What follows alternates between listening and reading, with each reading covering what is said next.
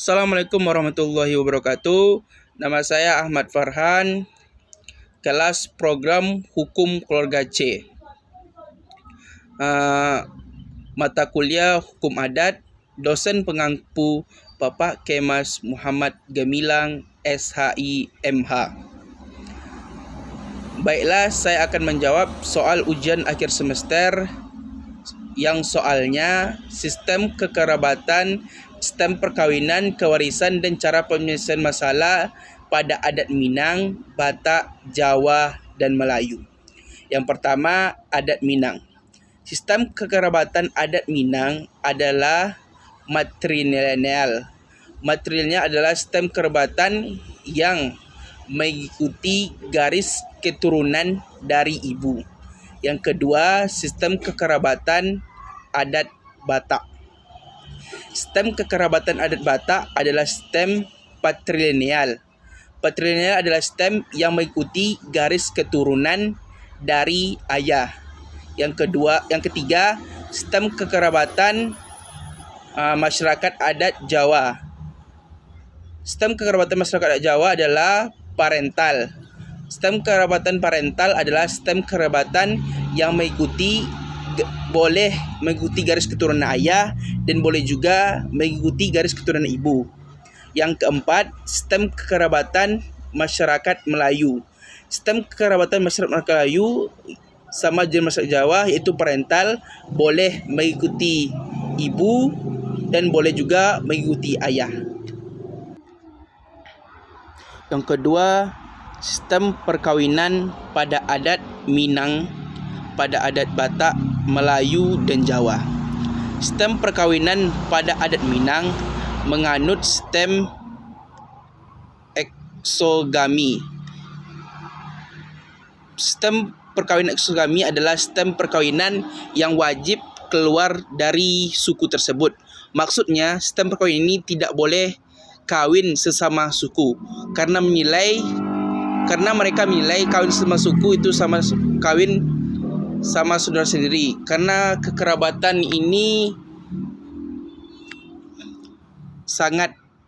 mereka menilai kekerabatan sama suku itu sangat erat. Yang kedua, sistem perkawinan adat Batak sama seperti adat Minang menganut eksosami. Mereka wajib keluar dari suku dan tidak boleh kawin sama sesuku. Yang ketiga, sistem perkawinan Melayu dan Jawa. Sistem perkawinan Melayu dan Jawa sama-sama menganut sistem heterogami, yang mana tidak ada larangan perkawinan dalam sistem ini dan tidak ada keharusan seperti sistem eksogami dan endogami. Warisan pada adat Minang, Batak, Jawa dan Melayu.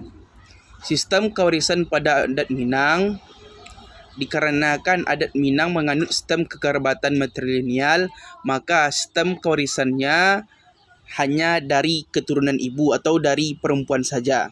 Yang kedua, sistem kewarisan pada adat Batak. Dikarenakan sistem kekerabatan adat Batak menganut patrilineal, maka sistem kewarisan pada adat Batak, anak perempuan bukan bagian dari ahli waris keluarga. Yang ketiga, sistem kewarisan adat Jawa dan adat Melayu. Sistem kewarisan pada adat Jawa dan Melayu masing-masing mendapatkan bagian. Contohnya, laki-laki mendapatkan 2 bagian dan perempuan mendapatkan 1 bagian. Hampir sama dengan sistem kewarisan dalam Islam. Cara penyelesaian masalah pada adat Minang, Batak, Jawa dan Melayu. Pada adat Minang, cara penyelesaian masalahnya diselesaikan dengan musyawarah adat bersama kerabatan adat dan niniak mama pada khas Minangkabau. Yang kedua, cara penyelesaian masalah pada adat Batak diselesaikan dengan musyawarah adat yang dahilan Datulo bersama ketua adat bersama pihak yang bersengketa melakukan pelanggaran. Yang ketiga, cara penyelesaian masalah pada adat Jawa.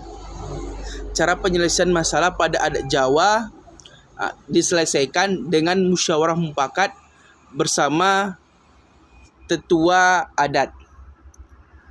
Yang terakhir, cara menyelesaikan masalah.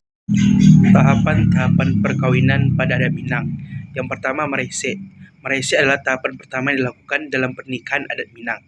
Pihak keluarga perempuan akan mendatangi pihak keluarga laki-laki. Meminang dan bertimbang tado dilakukan oleh pihak keluarga perempuan untuk meminang calon laki-laki. Apabila diterima, mereka akan melakukan bertimbang tado atau bertukar simbol sebagai pengikat perjanjian. Yang kedua, mahanta sirih, di mana mempelai meminta izin atau memohon doa restu kepada mamak-mamak saudaranya, kakak yang telah berkeluarga dan sepupu yang dihormati. Yang selanjutnya, babako babaki, diadakan beberapa hari sebelum acara akad nikah berlangsung. Bako berarti pihak keluarga dari ayah calon mempelai perempuan, dan pihak keluarga ini ingin menunjukkan kasih sayangnya dengan ikut mengikul biaya sesuai dengan kemampuannya. Malam Bainai dilakukan pada malam sebelum akad nikah. Bainai menjadi ritual untuk melekatkan jasil tumbukan daun pacar merah atau daun inai di kuku calon pengantin. Tradisi ini memiliki makna sebagai ungkapan kasih sayang dan doa restu para sepupu keluarga mempelai perempuan. Yang selanjutnya, menjampui marapulai. Acara ini menjadi ritual paling penting dalam prosesi pernikahan adat Minang. Prosesinya bermula dari calon pengantin laki-laki dijemput dan dibawa ke rumah calon pengantin perempuan untuk melangsungkan akad nikah. Lalu pada acara ini pun akan dilakukan pemberian gelar pusako pada calon pengantin laki-laki sebagai simbol kedewasaannya. Yang selanjutnya, penyambutan anak daro. Tradisi menyambut kedatangan calon mempelai laki-laki di rumah calon mempelai perempuan. Penyambutan di rumah anak daro merupakan momen meriah dan besar. Dilatari bunyi musik tradisi yang berasal dari calempong, keluarga mempelai perempuan menyambut kedatangan mempelai laki-laki. Yang selanjutnya, akad nikah. Akad nikah ini akan dilangsung sesuai dengan syariat agama Islam, diawali dengan pembacaan ayat suci, ijab kabul, nasihat perkawinan, dan doa. Yang selanjutnya, bersandiang di pelaminan. Setelah akad nikah berlangsung, maka kedua pengantin akan bersanding di rumah anak daro dan marapulai akan menanti tamu. Tahapan-tahapan perkawinan pada adat Melayu. Yang pertama, merisik. Sebelum adanya suatu perkawinan, perlu dilakukan penyelidikan terhadap calon mempelai perempuan dari pihak keluarga calon mempelai laki-laki. Kegiatan tersebut dinamakan merisik. Tujuannya untuk melakukan penilaian apakah gadis tersebut layak untuk menjadi menantu atau tidak. Yang kedua, merasi. Merasi merupakan kegiatan meramalah keserasian antara pasangan yang akan dijodohkan. Kegiatan ini biasanya dilakukan melalui perantara untuk mencari jodoh kepada orang yang memiliki niat untuk menikah. Tujuannya untuk memastikan pasangan yang akan dijodohkan cocok atau tidak. Yang ketiga, meminang. Apabila hasil merisik menunjukkan hasil yang baik sehingga sang gadis layak untuk dijadikan sebagai seorang menantu, maka pihak keluarga laki-laki membicarakan untuk menentukan waktu peminangannya. Yang keempat, mengantar tanda. Setelah peminang telah disetujui oleh pihak perempuan, tahap selanjutnya itu mengantar tanda. Kegiatan ini dilakukan 4 atau 5 hari peminangan. Untuk persiapan 2 atau 3 hari sebelumnya, keluarga pihak laki akan mengundang kerabat saudara dan tetangga untuk ikut serta dalam acara tersebut. Acara mengantar tanda ini dipimpin oleh orang yang ada dalam pembinaan, menjadi ketua rombongan. Yang kelima, mengantar belanja. Sejarah Riau, 10 tahapan perkawinan adat Melayu Riau selanjutnya adalah membeli hantaran keperluan untuk pesta pernikahan. Pihak laki-laki datang ke rumah pihak perempuan, kemudian mengantarkan belanja keperluan pernikahan dan kebutuhan maupun beberapa benda keinginan pihak perempuan, seperangkat pakaian, sejumlah uang, dan benda-benda yang telah diberi kemudian hiasan. Sedemikian rupa menjadi hantaran yang menarik. Yang keenam, mengajak dan menjemput. Diadakan musyawarah antara keluarga, kemudian kegiatan mengajak dan menjemput dilakukan untuk melaksanakan kegiatan dalam majlis nikah atau kahwin. Kegiatan ini hendaknya dilakukan secara seksama dan kekeluargaan karena syarat akan nilai-nilai kebersamaan. Yang ketujuh, menggantung-gantung. Dilakukan kegiatan menggantung-gantung sebelum majlis pernikahan dilakukan. Kegiatan ini dilakukan adalah berupa persiapan-persiapan seperti membersih rumah dan menghiasi rumah. Yang 8, berandam. Berandam merupakan kegiatan pencukur buroma pada tengkuk maupun wajah dan mencukur rambut untuk calon pengantin. Yang ke-9, limau mani, limau setawar. Kegiatan mencukur seorang ibu atau bisa disebut mak andam mengelilingi calon pengantin perempuan sebanyak 3 kali. Tahapan-tahapan perkawinan pada adat Batak. Yang pertama, Manggaririt.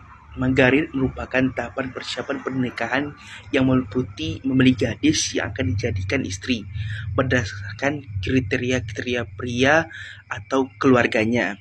Yang kedua, Mangalehon tanda. Mangalehon tanda memiliki makna pemberian tanda apabila seorang pria telah menemukan wanita sebagai calon istrinya. Yang ketiga, marhusif.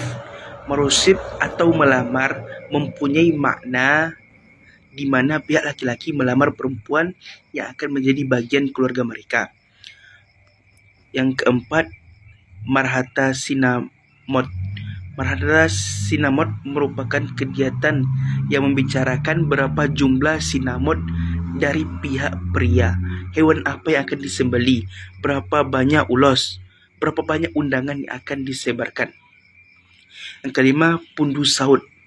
Dalam proses ini, pihak kerabat pria akan mengantarkan ternak yang sudah disembelih untuk diterima oleh pihak perbolu, dan setelah makan bersama didudukkan dengan pembagian jambar juhud daging kepada anggota kerabat.